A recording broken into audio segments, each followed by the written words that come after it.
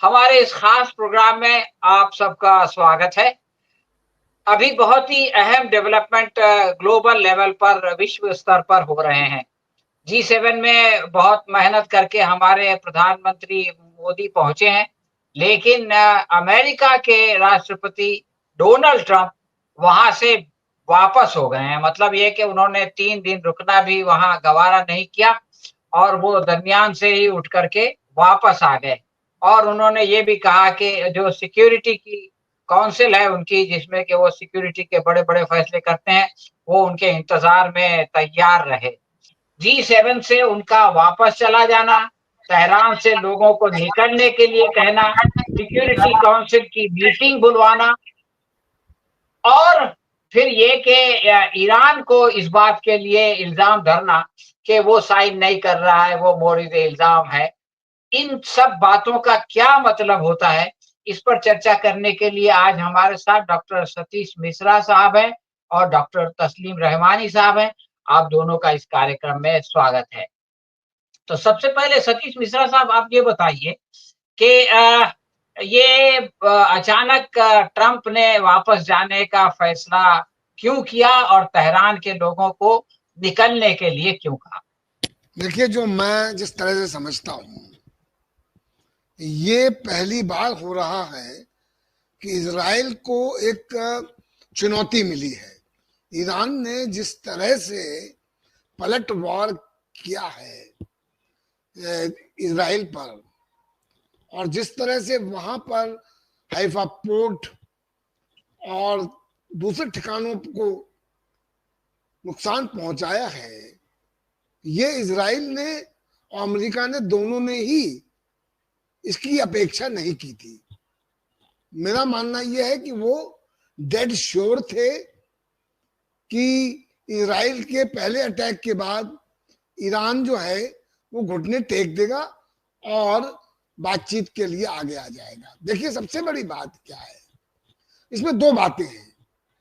पहली बात यह है कि जो वेस्टर्न नैरेटिव बनाया जाता है वो एक्सपोज हो गया। कैसे?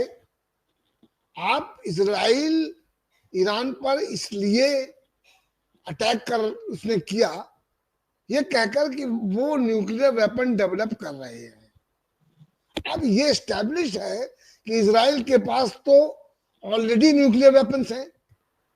तो ट्रम्प की बदहवासी है इस वक्त। इजराइल में भी आप देख रहे हैं कि नेतन्याहू कहाँ हैं, कहां से वो ऑपरेशन कर रहे हैं, इसकी भी खबर नहीं मिल रही है। अब मोटी सी बात यह है कि अगर ईरान यूक्रेन की तरह लड़ाई खींच ले जाता है तो इनकी सारी की सारी जो कहानी है वो एक्सपोज हो जाती है। अब ये देख आने वाले दिन, 1-2 दिन बहुत इंपॉर्टेंट है, हमको देखना होगा। अभी मुझे लगता है कि जो इजराइल की इनविंसिबिलिटी की उन्होंने जो एक इमेज बना रखी थी वो चकनाचूर हो गई। देखिए, दो एक्सट्रीम खबर आ रही है ट्रंप के जी7 से वापस आने पर। कुछ लोग तो ये प्रेडिक्शन कर रहे हैं कि उसने तेहरान के लोगों को निकलने के लिए कहा और अपनी सिक्योरिटी काउंसिल की मीटिंग में जा रहा है, तो वो इसलिए ये सब हो रहा है ताकि वो एटम बम डालने का फैसला कर सके। और मैक्रोन जो है वो ये कह रहे हैं कि ट्रंप जो है वो सीज फायर के लिए जा रहे हैं। तो ये दोनों खबरों को सामने रख के आपका क्या टेक है, फिरोज मिठीपुर वाला साहब? पहली बात ये कि तुरंत तो एटम बॉम्ब नहीं डालेंगे। It depends on how the war unfolds. क्योंकि इतना तो है कि जैसे सतीश जी ने भी कहा कि इजराइल एकदम अंदर से डर गया है। यहाँ तक डर गया कि उसने एयरपोर्ट बंद कर दिए और लोग को जाने नहीं दे रहे। इजराइल एक वापस एक गेटो बन चुका है। वॉर्सो गेटो से अभी लोग इजराइल गेटो तक आए। ट्रांसपोर्ट ने बोला कि कोई देश छोड़ के जा नहीं सकता। खैर, जो ट्रंप ने धमकी दी है तेहरान को लेकर, तो लोग स्वाभाविक है, तेहरान में भी लाखों लोग जा रहे हैं, तेल अवीव भी खाली हो रहा है। वॉर के टाइम पे जब शहरों पे हमला होगा तो लोग तो निकलेंगे। मगर अभी दो चीजें संभव है। एक तो ट्रंप पे काफी प्रेशर है अमेरिका के अंदर, उसका खुद बेस, उसकी खुद पार्टी के अंदर, and within the Democratic to the Republican party, and खास करके उसका जो मेगा बेस है कि आपने हमको वोट नहीं, हम लोगों ने आपको नहीं वोट दिया था क्योंकि आप इजराइल के लिए और एक जंग लड़े। एक तो वो बात है। दूसरी बात कि जो ट्रंप यमन में जाकर 1 महीने में भाग गया, मगर जो लॉजिकल बात है, और मैं खाली 1 ही मिनट लूंगा आपका, लॉजिकल बात यह है कि जो ईरान ने अपनी ताकत पिछले 4-5 दिनों में बता दी है, और अभी तो बहुत सारी ताकत उसके पास है, और इमाम खामेनी ने बहुत क्लियर कट भाषण दिया है कि मेरी जान के बारे में आप परवाह मत कीजिए, आज वो न्यूक्लियर डील की बात करेंगे, कल मिसाइल्स की बात करेंगे, कल हिजाब की बात करेंगे, चौथे दिन को और कारण आएगा, ये कारणों का सिलसिला बंद होने वाला नहीं। जब तक ईरान फिलिस्तीन और एक्सिस के साथ है, तब तक ईरान पे हमला बना रहेगा। जितने कंट्रीज एक्सिस के साथ है, चाहे वो पैलेस्टाइन हो, चाहे वो हिजबुल्लाह हो, चाहे वो असद के सीरिया हो, चाहे वो इराक हो, चाहे वो ईरान हो, चाहे वो यमन हो, सबके सब हमले में। मगर सबसे इम्पोर्टेंट है कि ईरान बड़ा रहे, और ईरान आज जवाब दे रहा है। इजराइल एक्चुअली ऑलरेडी हार चुका है ये वॉर को। अगर बेन गुरियन रिपोर्ट खोल लेता तो आधी आबादी दुख में निकल जाती। वैसे भी बोटों से वो लोग साइप्रस में कुछ 30,000 लोग निकल गए, तो 2 to 3 million people can just run from Ben Gurion airport, because जो रीजन था कि सिक्योरिटी के लिए इजराइल बना गया सपोजिटली, वो तो अभी खत्म हो गया। Israel can not provide security to the Jews of the world, that is very clear. ये खबर आई है कि नेतन्याहू ने से पूछा गया कि क्या इमाम खामनाई अगर नहीं होंगे तो क्या ये जंग फैल जाएगी, ये बात दुरुस्त है? तो उसने कहा कि नहीं, अगर खामनाई नहीं रहेंगे तो ये जंग जो है वो रुक जाएगी, फैलेगी नहीं। तो ये जो पूरे मामले को एक पर्सन के आसपास घुमाने की कोशिश की जा रही है, अलग अलग अंदाज में। अमेरिका अपनी पोजीशनिंग कर रहा है, नेतन्याहू अपनी पोजीशनिंग कर रहा है। इस पूरे मामले को आप कैसे देखते हैं? ये एक बहुत आम फहम सी बात है, एक रीजन या 2 ममालिक जब आपस में लड़ रहे हो तो उसको अगर कोई बिल्कुल ही फोकस्ड पर्सनलाइज कर दे तो ये समझ लेना चाहिए कि उसने अपने हदफ को, जो वॉर टारगेट है, उसे बहुत ही छोटा कर लिया है, बहुत छोटा कर लिया है। लाइक आपको याद होगा 7 अक्टूबर के बाद यही नेतन्याहू बोल रहे थे, हमास को खत्म करना हमारा हदफ है। तो हमास तो खत्म हुआ नहीं 20 महीने में। आपने इस्माइल हानिया साहब को शहीद कर दिया तो हमास खत्म नहीं हुआ। आपने याहिया सिंवार साहब को शहीद कर दिया, तब भी नहीं हुआ। अभी आपने उनके भाई को भी शहीद कर दिया, तब भी नहीं हुआ। आपने हिजबुल्लाह में हसन नसरुल्लाह साहब को शहीद कर दिया तो हिजबुल्लाह खत्म नहीं हुआ। एक नईमी साहब को शहीद कर दिया तो हिजबुल्लाह खत्म नहीं हुआ। तो इस तरीके से आप ये देख रहे हैं, खुद नेतन्याहू की आंखें बंद नहीं है, वो भी देख रहे हैं कि उनके आर्मी ने टारगेटेड जो है वो, जिसे आजकल एक नई टर्म जो लोग हम ज्यादा सुन रहे हैं, प्रिसाइशन आपने वो किए टारगेट इन 5 लोगों पर, इस और वो उनको शहीद भी कर दिया, आप कामयाब भी हो गए। लेकिन ना हिजबुल्लाह का मूवमेंट खत्म हुआ, ना हमास का मूवमेंट खत्म हुआ। तो नेतन्याहू को मालूम हो गया कि अगर छोटा टारगेट मुकर्रर करें तो फिर उनको ये कहना कल आसान होगा, भाई we have achieved the target, we have achieved the target. ये एक फेस सेविंग के लिए ये हरकत है। मैंने ये सवाल बिल्कुल स्पेसिफिक पूछा कि खामनेई साहब की जान को कितना खतरा है, तो उन्होंने मुझे जवाब में, मैं अथॉरिटीज की बात कर रहा हूं, उन्होंने कहा कि नंबर 1 वो महफूज हैं, वो महफूज रहेंगे, लेकिन अगर खुदा ना खास्ता 1% इसका इम्कान हो भी कि इसराइल अपने इस बदबख्त मंसूबे में कामयाब हो जाए तो हमें 24 घंटे से ज्यादा नहीं लगेंगे उनका मुतबादिल फराहम करने। तो ये बात समझनी चाहिए, और ये इसराइल को भी मालूम है कि 24 घंटे से ज्यादा नहीं लगेंगे। जैसे याहिया सिंवार साहब का, इस्माइल हानिया साहब का, हसन नसरुल्लाह साहब का, शेख नईमी का आ गया, यहां भी नहीं लगेगा। यहाँ फर्द पर, एक शख्सियत पर तहरीक और नजरिया कायम नहीं है। तहरीक और नजरिया एक फलसफे पर, एक आइडियोलॉजी पर कायम है। इसलिए अफराद आते जाते रहते हैं, नजरियात अपनी जगह चलते हैं। ये ताकत, असल ताकत ईरान की है, जो नजरियाती ताकत है, इनफरादी नहीं। जहां तक ये जो ट्रम्प साहब हैं, ये कनाडा से फरार हुए हैं आज बीच में छोड़ के, क्या इमरजेंसी है तो वो जाने, लेकिन जो कह के आए हैं कि मैं सीज फायर की बात करने नहीं जा रहा हूं, कुछ और कर रहा हूं, और तेहरान को खाली कर दे, और ये कर दे, और वो कर दे, तो आप मुझे बताइए, हम सब देख रहे हैं 2 महीने से ओमान में बातचीत चल रही थी, ओमान के थ्रू और रोम के थ्रू कि आप जो है न्यूक्लियर डील कर लीजिए, और 2 महीने में कितनी मर्तबा इन्हीं मिस्टर ट्रम्प का ये स्टेटमेंट आया है कि या तो आप न्यूक्लियर डील हमारे साथ कर लीजिए वरना हम ईरान को तबाह कर देंगे, हम निकाल देंगे। आज फिर कह रहे हैं कि तेहरान खाली हो जाए। तेहरान से एक बच्चा तक तो निकल के जाने को तैयार नहीं है, और इसराइल से होड़ लगी हुई है लोगों के निकलने की। आप खुद अपनी एम्बेसी वहां से बंद करके यरूशलेम से भाग आए, और आप तेहरान से कह रहे हैं कि आप खाली कर दें। तो ये धमकियां 2 महीने से दे रहे हैं। दूसरी, और इस सेक्शन में आखिरी कह रहा हूं, आज आप कह रहे हैं, कोई कह रहा है 48 घंटे, कोई कह रहा है 42 घंटे। कोई जंग जो एशिया में अभी शुरू हुई है 24, अरे यमन की जंग तो खत्म हो नहीं पाई, 2015 से लेके आज 10 साल हो गए। आप यूक्रेन की जंग को खत्म नहीं कर पाए। खान बहादुर बन के खड़े हुए थे कि मैं अभी 24 घंटे में करा देता हूं। आप भारत को कह रहे हैं कि हमने जंग बंद करा दी, अब आप कह रहे हैं यहां बंद करा देंगे। 6 महीने में failed है Trump administration and on each and every aspect, चाहे उनका डोमेस्टिक फ्रंट हो, चाहे उनका इंटरनेशनल फ्रंट हो, चाहे उनका इकोनॉमिक फ्रंट हो, चाहे उनका डिप्लोमेटिक फ्रंट हो, चाहे स्टूडेंट्स का हो, चाहे इमिग्रेशन का हो। हजारों लाखों लोग उनकी सड़कों पे खड़े हैं। आपका एडमिनिस्ट्रेशन फेल हो चुका। मैं ये बताना चाहता हूं, आज आप कह रहे हैं, एक मिनट बस, कि साहब हम ईरान को खत्म कर देंगे। आपने 1980 में क्या किया था? एलाइड फोर्सेस, और मैं जानबूझ के कहता हूं इन्वर्टेड कॉमास में, एलाइड फोर्सेस खड़ी हुई थी कि नहीं हुई थी 1989 के इनकलाब के फौरन बाद? यही फ्रांस, जर्मनी, इंग्लैंड और ये अमेरिका और ये सब अरबों के साथ मिलके आपने जंग इम्पोज की ईरान के ऊपर, उस इनकलाब को नाकाम करने के लिए जो आइडियोलॉजिकल बेसिस पे आया था।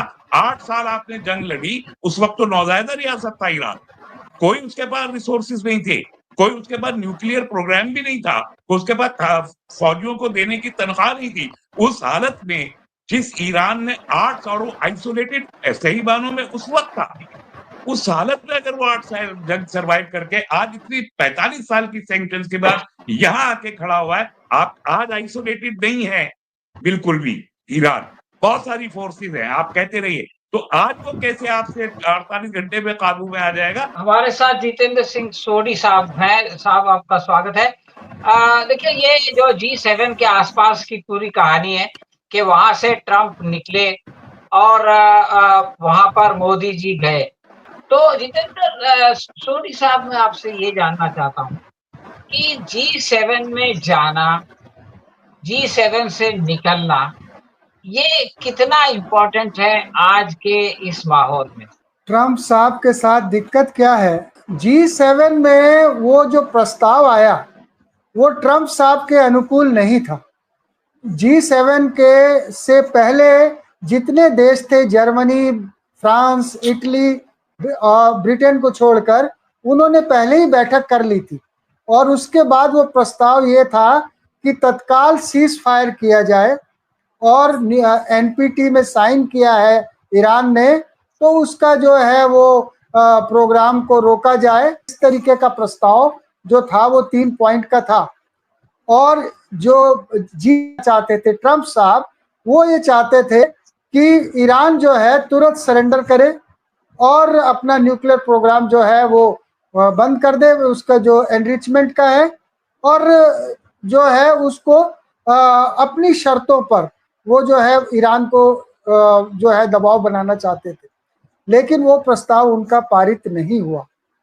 तो दूसरी बात जो वहां से तो वो चल के आ गए, वो एक कहना चाहिए कि एक वो अपना एक प्रोपेगेंडा है। उस प्रोपेगेंडा के माध्यम से उन्होंने ऐसा शो किया कि मैं अब बहुत बड़ा कुछ करने जा रहा हूँ, और ये वास्तव में ईरान के ऊपर दबाव डालने की एक नीति है। और निकलते ही उन्होंने बोला तेहरान को खाली कर दो और इसको खाली कर दो। तो उनको ये भी मालूम है कि उसके पहले भी वो ईरान के ऊपर बहुत दबाव डाल चुके हैं, और उनको उम्मीद थी कि जैसे ही इजराइल ने उनके फौजियों को और साइंटिस्टों को मारा, तो ईरान जो है कोई बहुत बड़ा रिटेलिएट नहीं करेगा। लेकिन ईरान ने बहुत बड़ा रिटेलिएट किया और दुनिया को दिखा दिया कि हौसला क्या होता है। देखिए, एक आप ईरानियन रेस को भी समझिए, उनका हिस्ट्री को भी समझिए, वहां पर कुर्बानी देने का एक जज्बा है लोगों के अंदर में। वहां लोग भागने वाले नहीं है इजराइल के लोगों की तरह, वो लड़ेंगे, आखिरी दम तक लड़ेंगे। और ईरान ने जो रिटेलिएट किया है मिसाइल्स के थ्रू, वो वहां पर उसका 20 साल का प्रिपरेशन है, जिसको कि वेस्टर्न मीडिया उसको हाईलाइट नहीं कर रहा है। 20 साल से इसकी तैयारी कर रहे थे आज के दिन की, और उनके यहाँ 4, 5, 10 साइंटिस्ट नहीं है, हजारों साइंटिस्ट हैं। वहां पर ऐसी क्राइसिस नहीं है कि 10 साइंटिस्ट आपने मार दिए तो बाकी साइंटिस्ट नहीं रहेंगे, ऐसा कुछ नहीं है। उन्होंने एक सीरीज तैयार करके रखी है। ये बात सच है कि आज एयरफोर्स के मामले में ईरान कमजोर है, लेकिन अभी जो रिसेंट न्यूज आ रही है, आपको बता दें कि चाइना भी जो है वो जिस तरीके से उसको अभी सपोर्ट कर रहा है डिप्लोमेटिकली, और उसको कहना चाहिए कि साइबर के थ्रू जो उसको इंफॉर्मेशन दे रहा है सैटेलाइट के थ्रू, वो भी उसको बहुत काम आ रही है। यही कारण है कि तेल अवीव में जो उसका जो सक्सेस है, उसके पीछे कारण चाइनीज का जो उसको मदद है, वो एक बहुत बड़ा कारण है। और पुतिन साहब ने भी ये बात ऐसा सुनने में आया है कि ट्रंप को बोला है कि भाई जो हो रहा है ये ठीक नहीं हो रहा है, ये सही नहीं है, ऐसा पुतिन साहब ने भी कहा है। और यहाँ तक भी कुछ इंफॉर्मेशन है कि जो S-400 है रशिया, वो भी ईरान को देने जा रहा है। यदि ऐसी स्थिति आती है तो जो एयर का जो बोलता है कि इजराइल बोल रहा है कि ईरान के ऊपर का जो एयर स्पेस है उस पर मेरा कब्जा है, वो कब्जा इजराइल का नहीं रह पाएगा यदि उसको S-400 वगैरह मिल जाते हैं तो अब एक परिस्थिति ऐसी बन रही है, जिस तरीके से ट्रंप साहब दादागिरी और गुंडागर्दी कर रहे हैं पूरे दुनिया के अंदर में, तो उसका एक नेचुरली दुनिया जो है एक तरह से डिवाइड होती जा रही है। आप यूरोप देखिए, वो भी नाराज है, ट्रंप साहब के हिसाब से नहीं चल रहा है। चाइना और रशिया का नेक्सस है, और ईरान के साथ इस परिस्थिति में यदि हम सोचेंगे या अमेरिका सोचता है कि ईरान तुरंत सरेंडर कर देगा, तो सरेंडर नहीं करने वाला, वो लड़ेगा जरूर। और जैसा कि हमारे पूर्व वक्ता ने भी बताया कि ये लड़ाई 2-4 दिन में खत्म नहीं होने वाली। आप रशिया ने भी सोचा था 3 दिन में यूक्रेन को हम जीत लेंगे, लेकिन आज 3 साल से ज्यादा हो गए। तो ईरान में भी वो यदि डायरेक्टली इन्वॉल्व हुआ अमेरिका, तो वो भी फंस जाएगा। आप देखिएगा भविष्य में वो रीछ और भालू वाला हिसाब रहेगा कि कौन किसको पकड़ के रखा है। अफगानिस्तान में तो मुंह की खाई है उन्होंने, और ईरान भी एक बहुत बड़ा उनका लिए एक वाटरलू रहेगा, ऐसा है। और वो चाह रहे हैं किसी तरीके से ईरान को धमकाकर हम जो है उनको अपने हिसाब से ट्रीटी कर ले, लेकिन ये ईरान का एक सर्वाइवल का प्रश्न है। वो यदि ट्रंप साहब की बात मान लेता है तो ईरान फिर कहीं का नहीं रहेगा, ये बात भी सच है। और इस बीच में वो बयान एक आया है जिसका बहुत ज्यादा पॉलिटिकल महत्व तो नहीं है, लेकिन उसका एक कहना चाहिए कि आपका सैद्धांतिक रूप से या एक बिरादराना उसका एक जो है वो महत्व है, वो है पाकिस्तान का बयान। उसने बोला है कि ये मुस्लिम वर्ल्ड के खिलाफ लड़ाई हो रही है यहूदियों की। यदि ये नारा आगे तक चल जाता है तो ट्रंप साहब को और इजराइल को भविष्य में बहुत बड़ी दिक्कतें होंगी। अभी कुछ स्पष्ट रूप से नहीं कहा जा सकता है, परिस्थिति बेशक गंभीर है, और जिस तरीके से ट्रंप साहब ने रुख लिया है तो एक बहुत बड़ी घटनाएं घट सकती हैं मिडिल ईस्ट में, लेकिन फिर भी ये उतना आसान मामला नहीं है जितना ट्रंप साहब समझ। सोवियत यूनियन के बिखर जाने के बाद ये दुनिया बाइपोलर से यूनिपोलर हो गई थी। और उसके बाद फिर एक सिलसिला रहा, वो दोनों ट्विन टावर के गिरने के बाद अमेरिका ने जो है वो सारी दुनिया में अपना वर्चस्व कायम करने की कोशिश की। तो यूरोप और वेस्टर्न यूरोप और अमेरिका एक तरफ है, ईस्टर्न यूरोप यानी रशिया और चीन दूसरी तरफ है। एक की तरफ से इसराइल मैदान में है, दूसरी की तरफ से ईरान मैदान में है। तो ये जो संघर्ष की स्थिति पैदा हुई है, तस्लीम साहब, आप इसको कैसे देखते हैं? हमने जब होश संभाला तो दुनिया बाइपोलर थी और रशिया और अमेरिका को हम देखते चले आए और हमने बचपन से उसी को देखा। लेकिन ये मत भूलिए कि यूनिपोलर वर्ल्ड उसी वक्त का इनकलाब आ गया और इनकलाब के बाद जो रशियन कोलैप्स, यूएसएसआर कोलैप्स हुआ है, उसने अमेरिका को मौका दिया था कि वो यूनिपोलर हो जाए। अब वो जो हेजमनी इन्होंने उस दौरान कायम की, तो इन्होंने इसको यूएस ने एशिया वर्सेस यूरोप बनाने की भरपूर कोशिश की है और ये उसका कल्मिनेशन पॉइंट है। अभी ये पूरी की पूरी जंग एशिया वर्सेस यूरोप ही है और इसके अहदाफ मुख्तलिफ हो सकते हैं। उसमें फलस्तीन भी एक हदफ बन रहा है, उससे मल्टीपल अचीवमेंट उसके लेने हासिल करने उसका हो सकता है। ईरानी इनकलाब जिसने इस सदी में इस्लाम को एज ए गवर्निंग टूल एक रेलिवेंस बख्शा है, उसको भी डिस्करेज करना मकसद उस वक्त भी था 1980 में, अब भी था। तो ये अब जो हुआ तो ये बाइपोलर सिर्फ पावर्स की हैसियत में नहीं है, सिर्फ ऐसा नहीं है कि अमेरिका चाइना जो है ये दो बड़ी मेजर फोर्सेस बन के उभर रही हैं, बल्कि दो रीजन के एतबार से भी बाइपोलर हो रही है दुनिया। जो एक यूरोप का रीजन और एक एशिया या यूरोप एंड रेस्ट और एशिया बहुत बड़ा रीजन है, इस बात को सब जानते हैं, इन टर्म ऑफ एरिया भी, in term of population, in term of resources, in term of energy, in term of waters, Asia he dominating factor है। तो अब जब ये एशिया के डोमिनेंस का मसला आ रहा है, उससे परेशान हुआ है यूरोप, और ये सारी जंगों के पस मंजर में ये न कहीं यूरोप और एशिया का मसला बुनियादी तौर पर मौजूद है। तो जो डिपेंडेंसी यूरोप के या यूएस के ऊपर अरबों की थी, वो कहीं ना कहीं बहुत मिनिमाइज होके लुक ईस्ट की पॉलिसी की तरफ वो भी पलटे हैं। दूसरी चीज ये कि डी डॉलराइजेशन का प्रोसेस, जिसके बारे में कभी हम कोई जिक्र सुना ही नहीं करते थे, अब वो ब्रिक्स में डिस्कस हो रहा है कि जो हमको रीजनल करेंसी लानी चाहिए।